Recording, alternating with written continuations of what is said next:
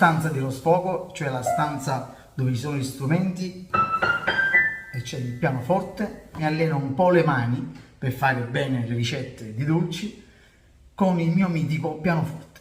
Oggi faccio ascoltare una bellissima canzone napoletana classica che si chiama Dicite in cielo pure, una canzone bellissima interpretata sempre da grandi maestri internazionali. Vai!